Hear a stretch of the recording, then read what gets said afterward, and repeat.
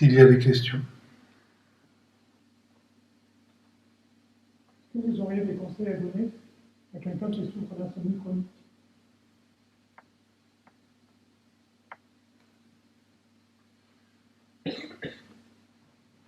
Ça, j'ai aucun conseil à donner à personne.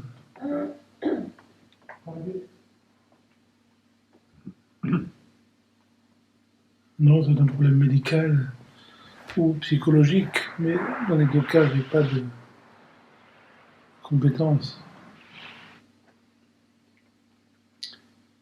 Sauf d'essayer ce qui est très basique. Essayer de ne pas manger le soir, pas regarder la télévision, pas lire des romans d'amour, pas lire de littérature, ça porte malheur. Pas écouter la propagande des radios. Vivre finalement tranquillement, organiquement. Souvent le sommeil devient fonctionnel. Mais si malgré une fonctionnalité alimentaire, affective, culturelle, il y a encore cette problématique, à ce moment-là, c'est vraiment du domaine médical. Mais là, j'ai aucune compétence.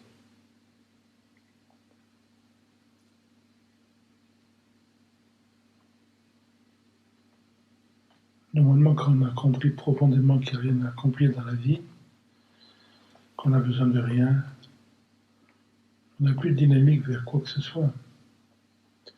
Ça amène un grand apaisement psychologique. À ce moment-là, le corps travaille la journée, surtout s'il y a la chance d'avoir un travail corporel, plutôt qu'un travail intellectuel. Ensuite, il y a une forme de fatigue qui vient naturellement le soir vers 11h minuit ou au coucher. Cette fatigue, je dirais sympathique, fatigue corporelle. Dans ce cas-là, vous dormez quelques heures et vous réveillez à 4-5 heures du matin en bonne forme. Ça, c'est le fonctionnement organique de la vie. L'idée qu'il faut dormir 6, 7, 8 heures, comme l'incompétence médicale actuelle le proclame, bien, c'est uniquement un manque de... Bien sûr, si vous mangez des aliments inappropriés, la digestion prend beaucoup de temps. Si vous avez une agitation, que vous n'avez pas compris le sens de la vie, passez beaucoup de temps à penser, tout ça affecte le sommeil. La seule indication serait de comprendre la perspective de la vie. Là, normalement, le sommeil se réduit d'abord, et ensuite il y a un sommeil vraiment régénérateur. On n'a pas besoin de beaucoup de sommeil.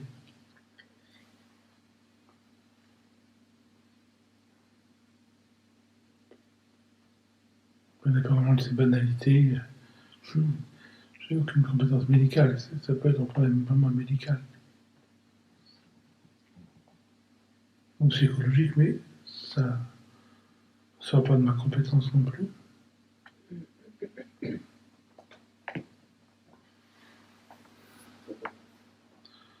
Je pense qu'on a éventuellement formulé la perspective métaphysique, c'est pas une perspective de la vie ici. Nous, la vie, c'est un mot qui n'a pas vraiment de sens. Mais la perspective métaphysique, c'est ce pressentiment que ce que vous cherchez profondément ne se trouve pas dans une situation, ne se trouve pas dans une pensée, et donc toutes les énergies utilisées vers les choses ne peuvent finalement que vous éloigner de ce que vous cherchez et non pas vous rapprocher. Ça, c'est la première, je dirais, clarté métaphysique.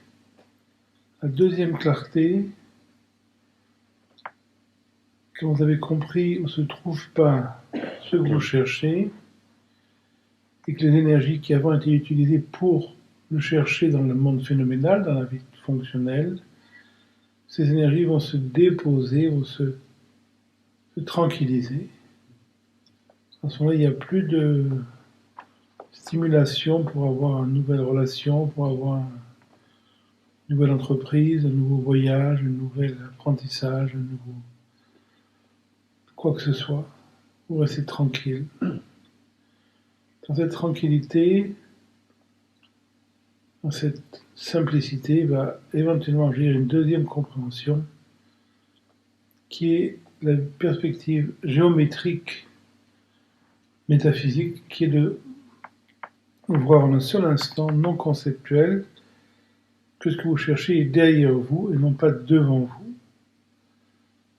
Vous savez déjà que ce n'était pas devant vous, là vous voyez clairement que c'est derrière vous, et vous voyez clairement simultanément que quelle que soit la démarche que vous allez entreprendre, vous ne pouvez que la chercher devant. Donc je ne peux pas me rapprocher de l'essentiel, je ne peux que m'en éloigner. Donc c'est une vision qui coupe toute dynamique énergétique vers les choses. Vous êtes totalement castré, vous êtes totalement impuissant. Cette impuissance va se révéler comme l'espace, l'humilité dans lequel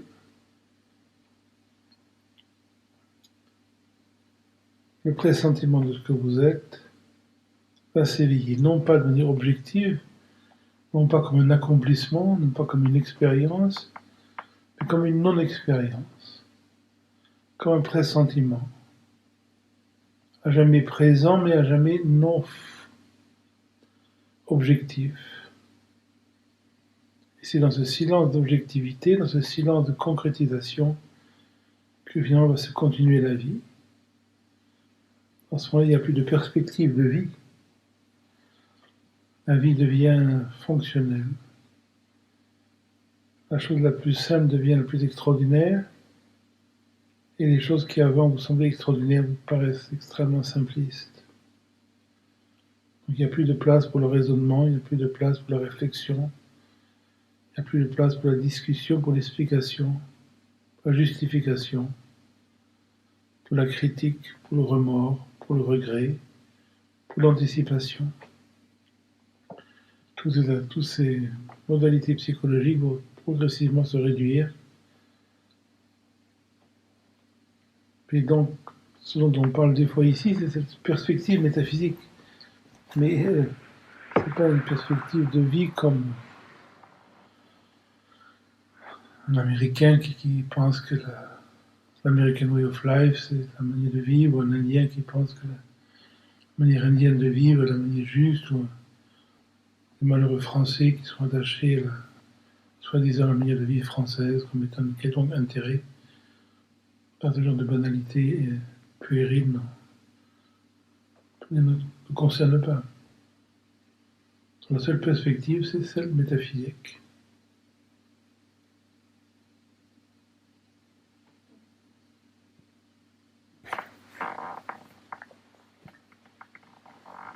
Comme cette chose est derrière moi, rien à faire pour. C'est que des fois c'est lourd, des fois c'est un peu triste. Oui, peut-être je peux regarder ça. Ça ne devrait pas être comme si j'étais détachée de cette chose, comme si je l'ai perdue. Ou je ne pouvais pas le vivre vraiment pleinement dans toutes mes actions, tout le temps. Quelque chose m'empêche, cette subtilité. Finalement, la dépression, cette difficulté, on est déprimé, finalement, on ne sait pas pourquoi. Vous avez compris la perspective, et vous êtes quand même déprimé, parce que vous vous rendez compte que ce que vous voulez d'ailleurs, ou en tout cas vous vous rendez compte intellectuellement, et vous ne pouvez rien faire pour y aller. Donc il y a, à un moment donné, il y a effectivement une forme de... Quand on est habitué à une manière de vie objective, il y a une forme de complexité qui peut arriver. Mais si vous êtes vraiment intime avec cette complexité, sans la nommer, ça va devenir une espèce de nostalgie.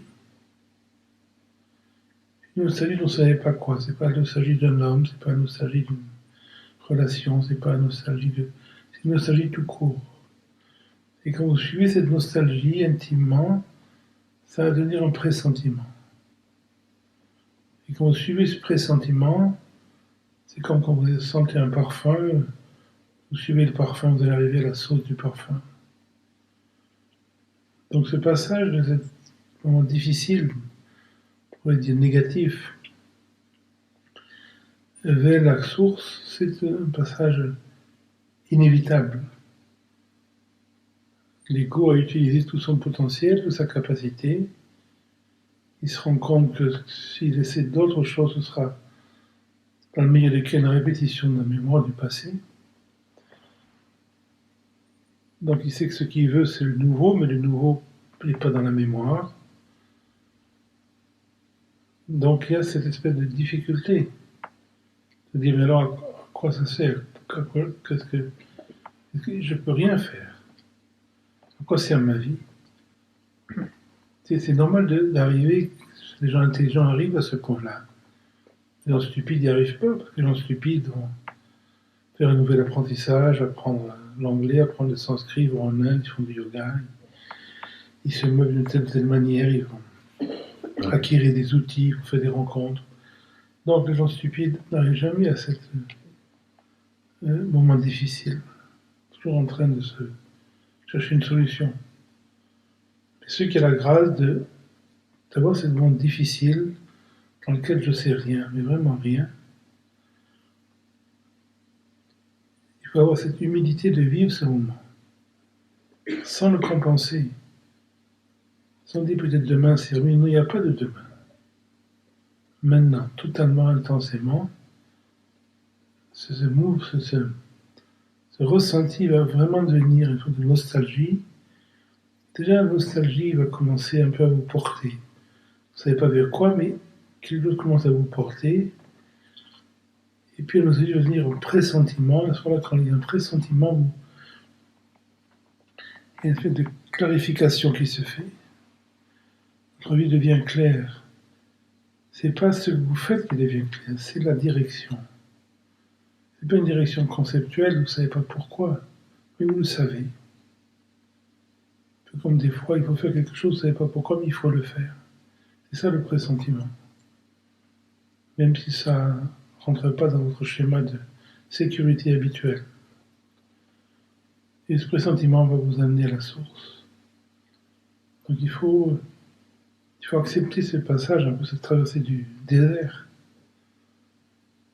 Tous les gens qui sont arrivés à une forme de profonde compréhension de la vie sont passés par ce moment difficile.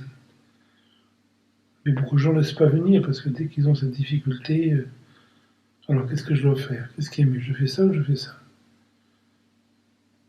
Je change de maison, je change de mari, je change de voiture, je change de pays, je change de manière de vivre, je change de manière de manger, je fais plus ceci, moi cela.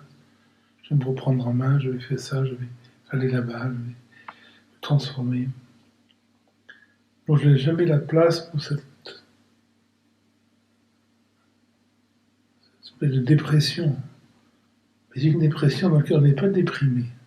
On sent la dépression, mais à un moment donné, on se rend compte qu'on n'est pas déprimé. Mais il y a une dépression. Et il faut vraiment la laisser devenir nostalgie, pressentiment, etc. Donc ça se fait tout seul. C'est qu'un problème d'humilité, mais généralement, on laisse faire un petit peu, puis hop, de nouveau, on se dit, ah mais non, mais peut-être finalement si je faisais ça, ça vraiment, je vais me retrouver là-dedans, de nouveau, je vais arriver à quelque chose. Ma vie va pas être ratée si je fais ça. Ok, la bonne solution, je vais à droite ou je vais à gauche. Et j'oublie finalement ma dépression. C'est pas grave, elle va revenir tôt ou tard, que je sois allé à droite ou à gauche. De toute manière, ça ne marchera pas. Je vais me retrouver dans cet état. Et à un moment donné, on arrête d'aller à droite ou à gauche. On reste où on est. Et il y a une espèce de organicité qui va se faire dans la vie. Je ne comprends pas. Qu'est-ce que tu veux dire par direction? Une fois, c'est une nostalgie, je vis avec depuis toujours. Souvent, ça m'amène ce qui est ce pressentiment.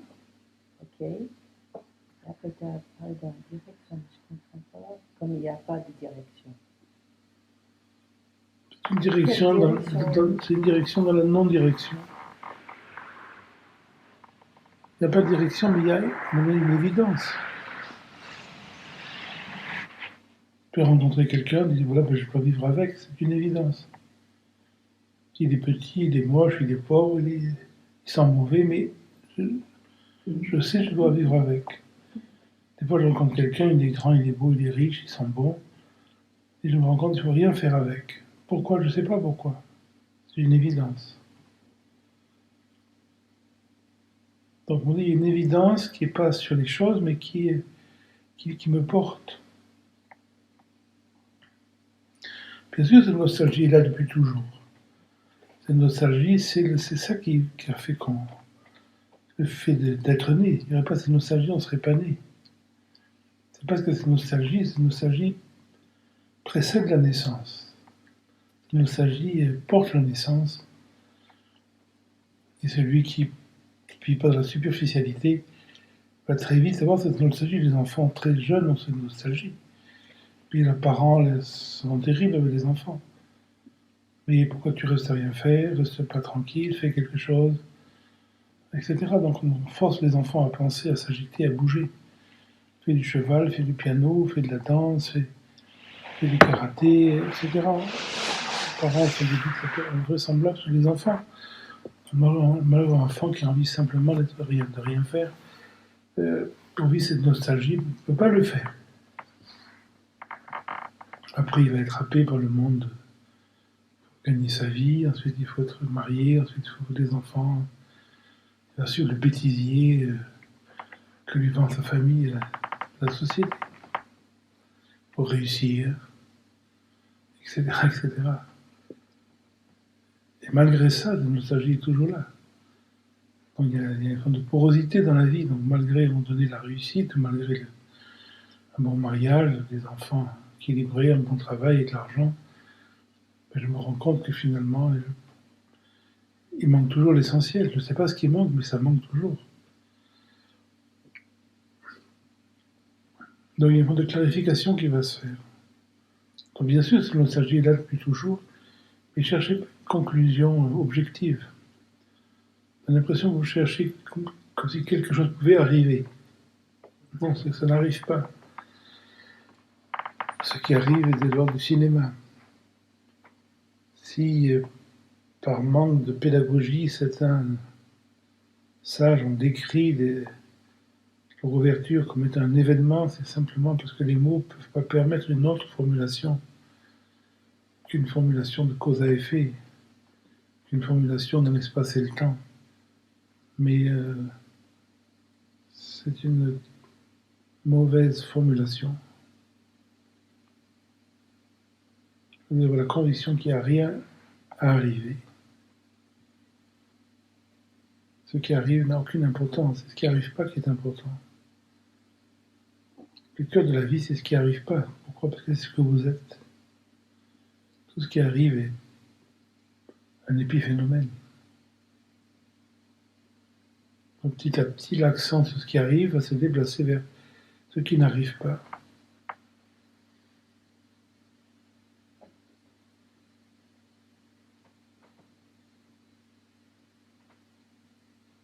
Puis suivez votre questionnement sans jamais essayer de répondre. La réponse est toujours imbécile. La question est profonde. Donc vivez avec la question sans la penser et quelque chose va s'accomplir. Ensuite, vous verrez tout ce qui se passe autour de vous, ça va s'arranger naturellement. C'est pas important avec qui vous vivez, comment vous vivez. Tout ça n'a aucune importance finalement. Ce qui est important, c'est autre chose. C'est en train de se faire, donc laissez-vous faire.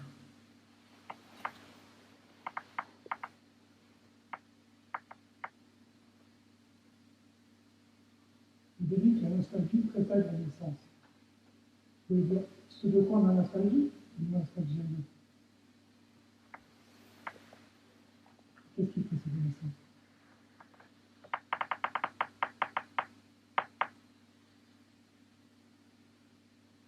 Vous savez, ce genre de formulation, finalement, c'est pas quelque chose qu'on peut expliquer. C'est une forme d'allégorie, ne prenez pas à la lettre. Parce qu'il n'y a pas de naissance. Naissance est une représentation cérébrale, imaginaire. Et sur un certain plan, on peut le dire, mais c'est un plan. Quand on rentre dans la formulation de ce qui est essentiel, il faut renoncer à comprendre finalement. Ce qu'on dit ne peut pas être compris. Par contre, on peut le pressentir. Mais il faut rester avec ce pressentiment. Donc, en fait, pas un raisonnement, une explication. Il n'y a rien qu'on peut expliquer. Le raisonnement s'adresse qu'à des éléments objectifs. Et ce dont on parle est un pressentiment non objectif. Donc, aucun raisonnement peut lui être accolé.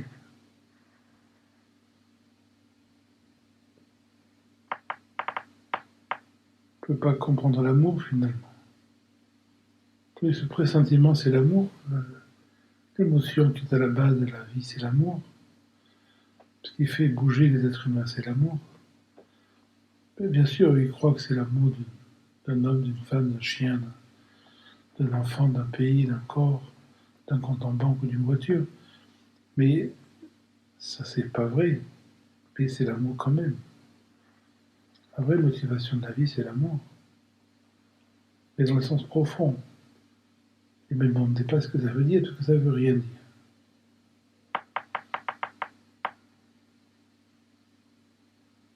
C'est ce qu'on appelle Isha en sanskrit.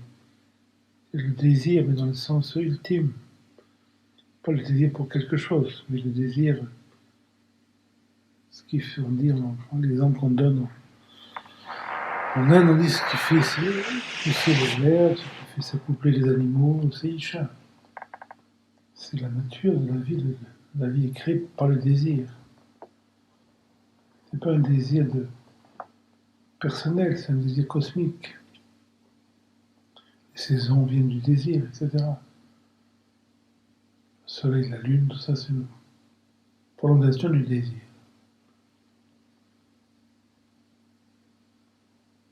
Mais sur un autre plan, le désir même humain est une forme, on dire, restrictive du désir. C'est quand même une forme de désir. C'est rien de personnel, même si on imagine personnel, que la personne veut se sécuriser, mais en vérité, il y a autre chose qui est beaucoup plus profond. Quand vous aimez quelqu'un, il y a une notion du cœur qui est beaucoup plus profonde que ce qu'on imagine finalement. Donc il avait de raison d'aimer quelqu'un. L'être humain, dans sa superficialité, trouve toujours une raison. Je l'aime parce qu'il est riche, parce qu'il est beau, parce qu'il est viril, parce qu'il est intelligent, parce qu'il est ceci, parce qu'il est cela. Mais c'est pas vrai. Je l'aime tout court. En plus de ça, il a telle ou telle qualification.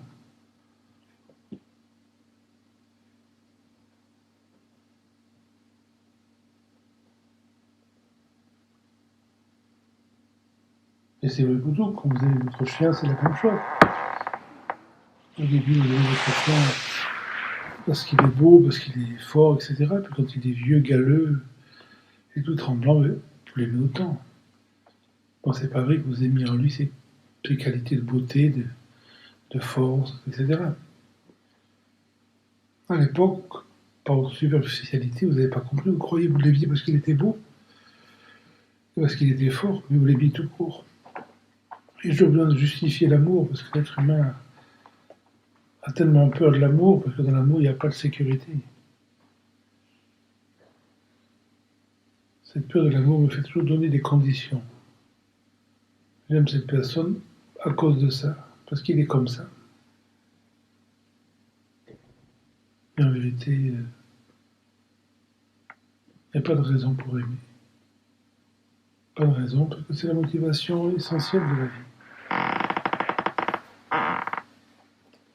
C'est assez différent, comment vous dire que c'est pas une motivation, c'est d'appeler ce désir-là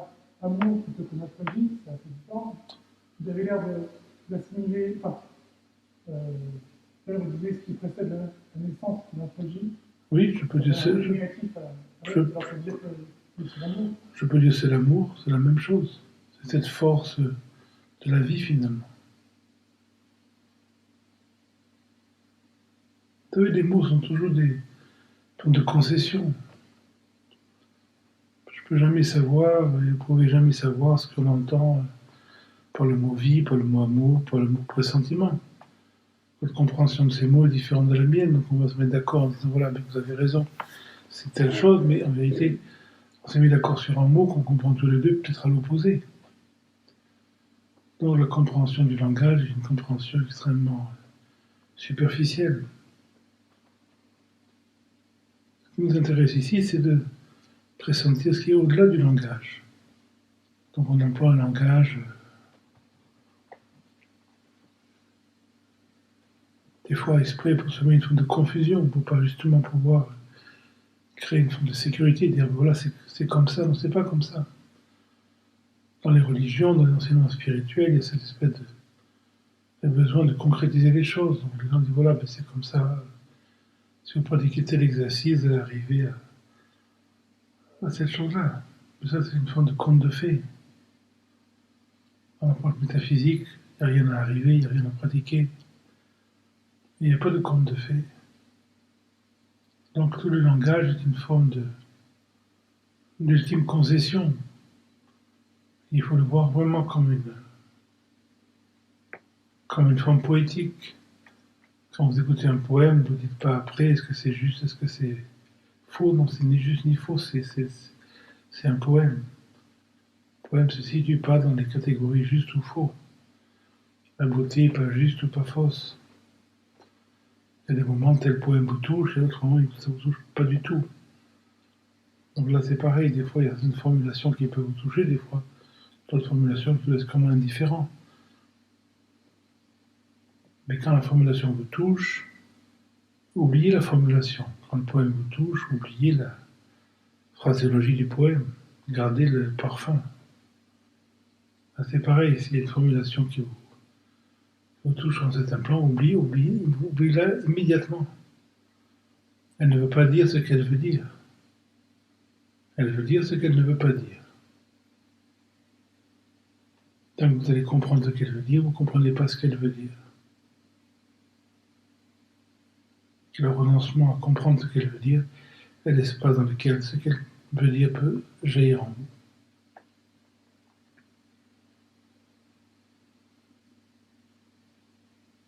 Est-ce que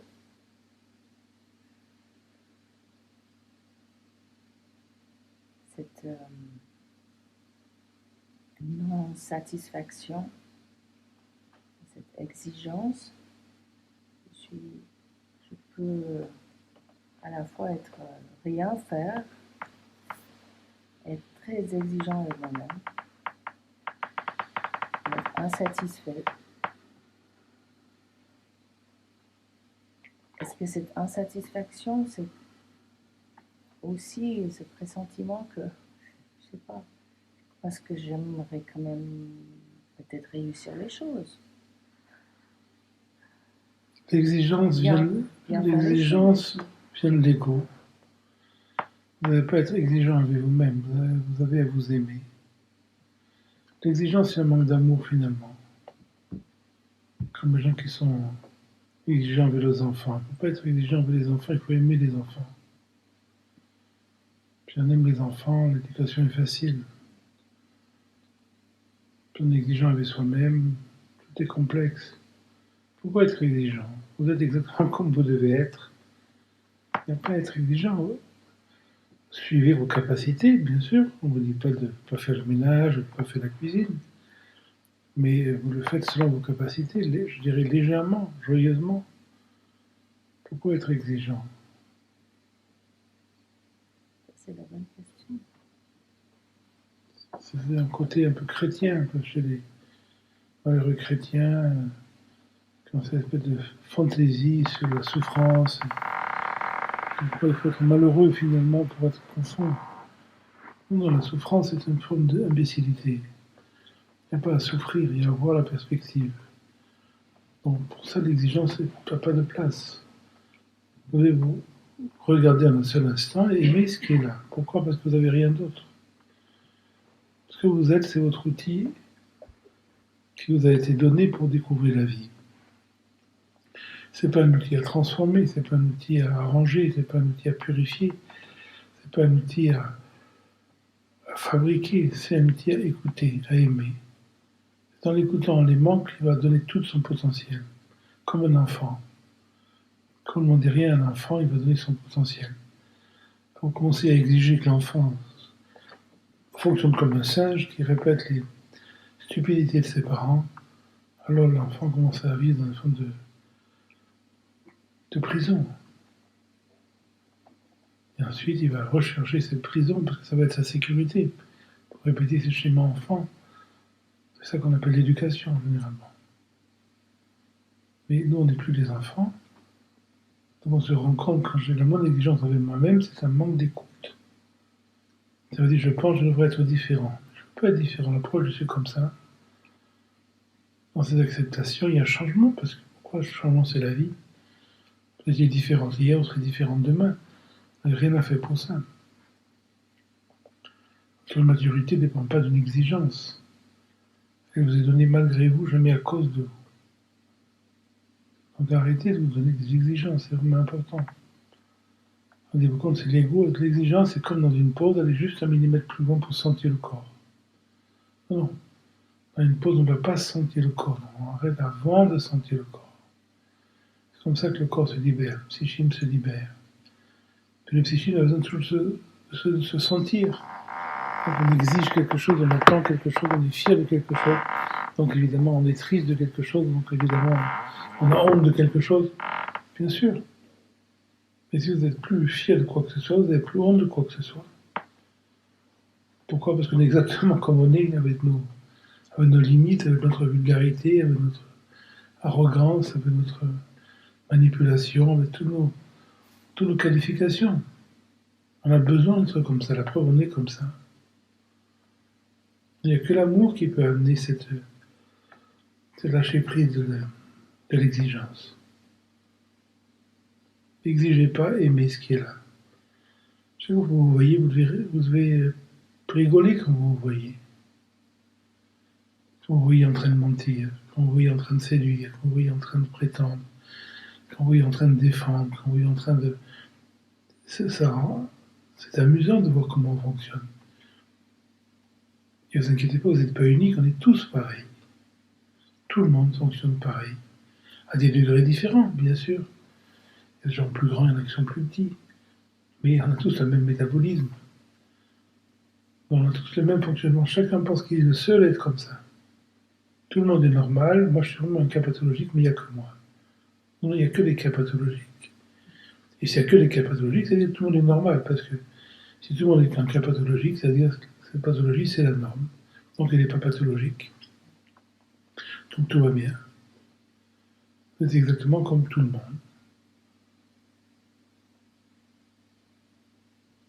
Plus d'exigence. Et quand vous en avez, vous le voyez avec amour, avec affection. C'est normal qu'un enfant de 5 ans essaie de s'imposer ça pour arriver à ça. C'est normal que quand il commence à faire des arts martiaux, il veut être fort, il s'entraîne pour être comme Bruce Lee. Ça fait partie de la maturation de tous ces imaginaires. Puis il y en a les malheureux qui veulent devenir riches, et puis il y a ceux qui veulent qu'on les aime, et puis il y a ceux qui veulent laisser une lignée, etc., etc. Peu importe sa pathologie. Mais on a tous les mêmes. Certains sont plus marqués que d'autres, il y en a qui sont plus gros que d'autres, qui sont plus minces que d'autres. Mais mince et gros, c'est le même métabolisme. Donc, chaque fois que vous voyez en vous une exigence, remplacez-la par l'affection. Il ne s'agit pas de l'empêcher. Il ne peut pas vous empêcher. Mais vous pouvez le voir avec humour. Et vous êtes encore en train d'essayer. Comme il y a des gens quand... Moi, ça fait 45 ans que je fais des séminaires de yoga. 45 ans que quand je fais faire le cobra, je dis ceux qui sentent le dos encombrent le dos. Ceux qui travaillent en deçà libèrent le dos. 98% des gens sentent le dos, ils encombrent le dos. C'est amusant. C'est pas, il n'y a pas à avoir une exigence de ça, ça leur fait plaisir d'encombrer leur dos. Ils encombrent leur dos chaque fois.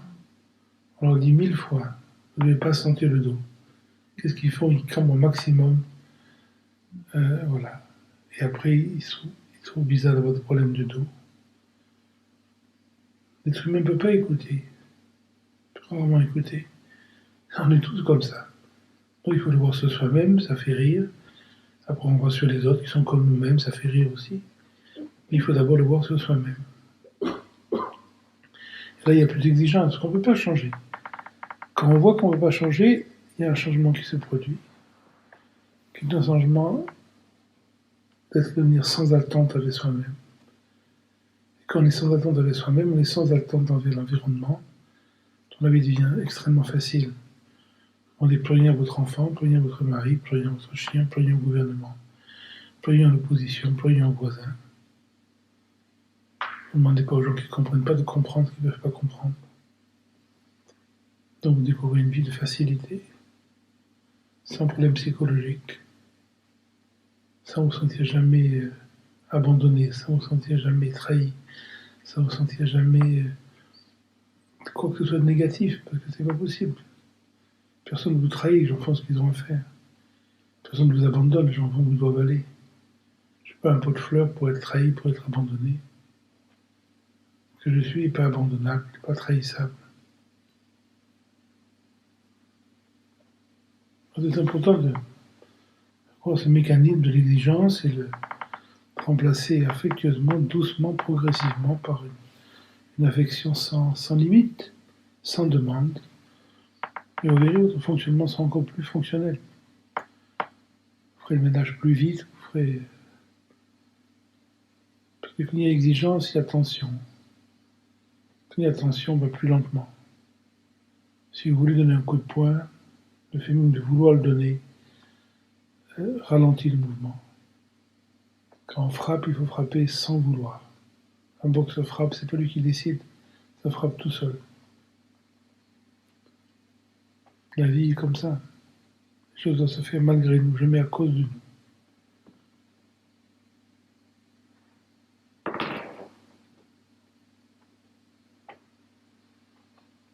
S'il y a une dernière question.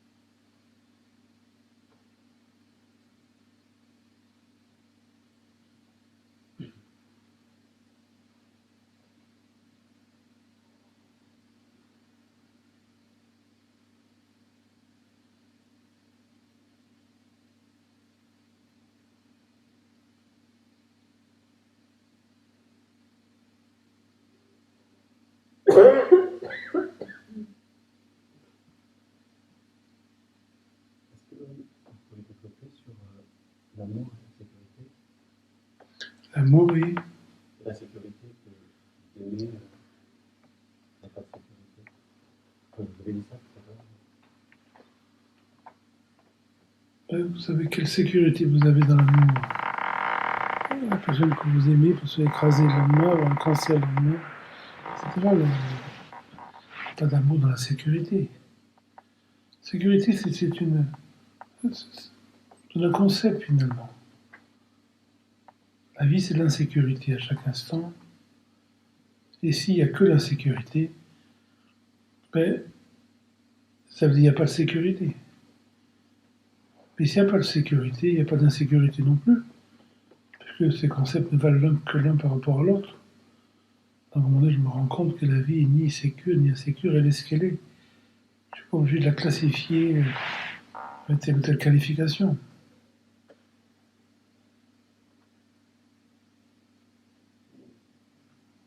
Ça n'empêche pas l'affection, ça n'empêche pas de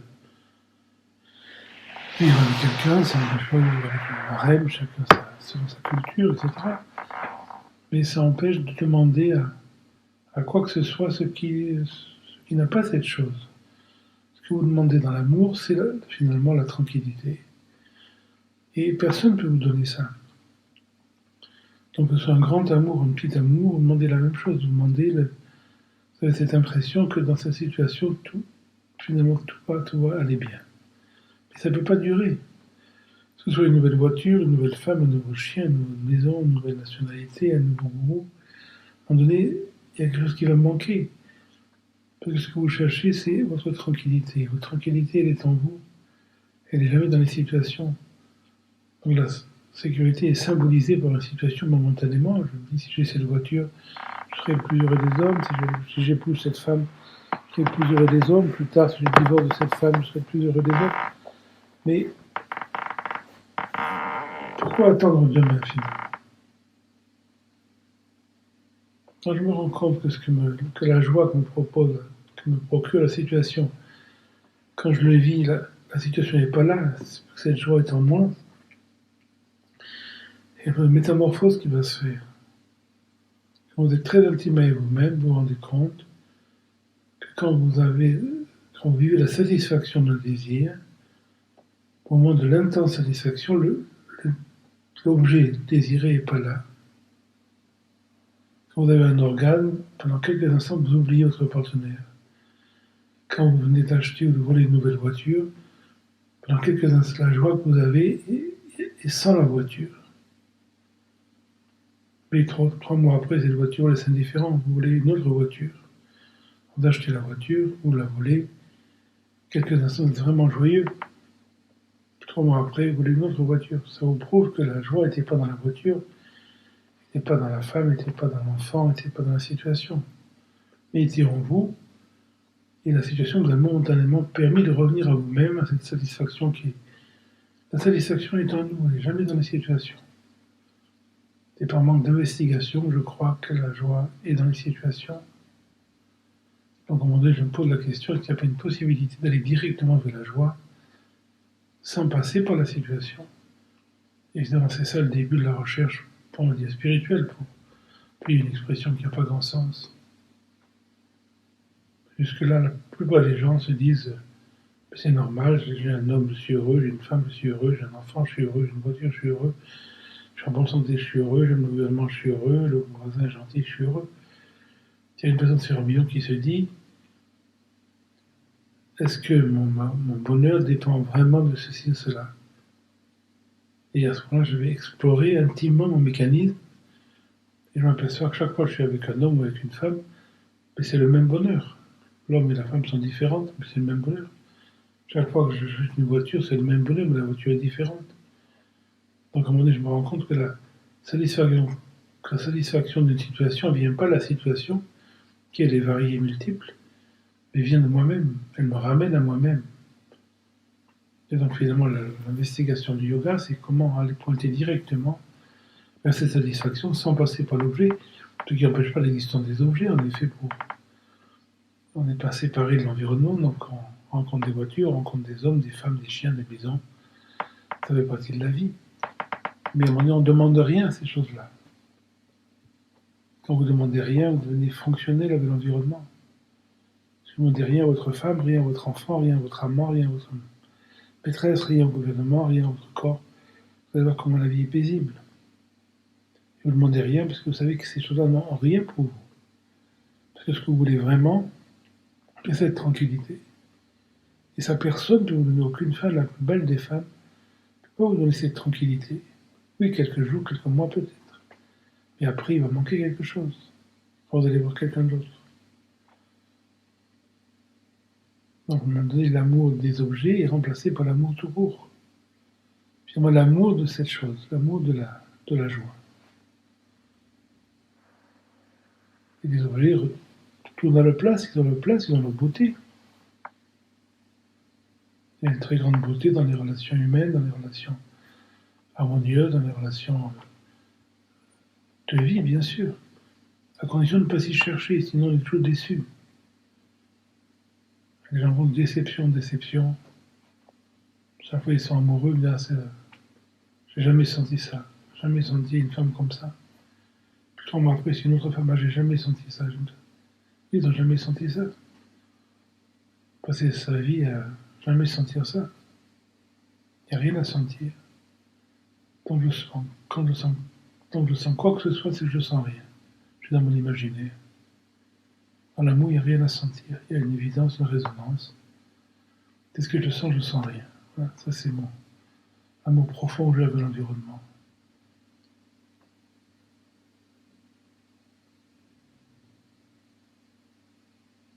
Le romantisme rend malheureux. Pas confondre la vie avec les films, avec les romans, la littérature, etc.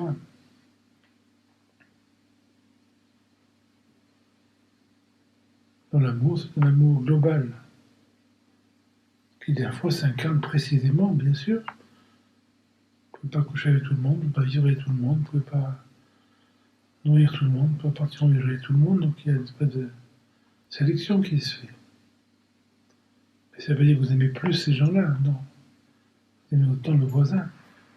Quand vous mettez un bébé dans les bras, vous ne dites pas c'est pas mon bébé, donc je l'aime moins.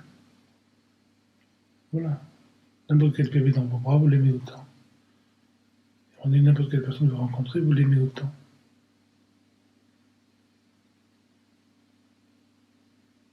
Avec une fonctionnalité. Traiter l'environnement en fonction des codes culturels. On veut dire d'embrasser votre mère, votre femme, votre fille différente. Et en fonction de votre culture. Mais c'est le même amour.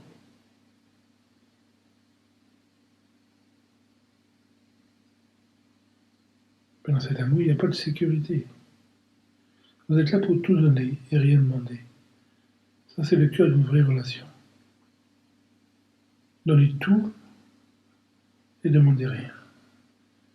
Si vous comprenez ça, vous verrez combien la vie est facile. Quand on ne comprend pas ça, la vie est misérable. On a besoin d'être déçu. Ah, il ne m'écoute pas. Ah, il ne me donne pas assez. Il ne m'aime pas assez. Il ne me comprend pas assez. Il ne me respecte pas assez. Ça, c'est ce que vivent les gens qui demandent. Ne demandez pas et tous vos souhaits sont satisfaits.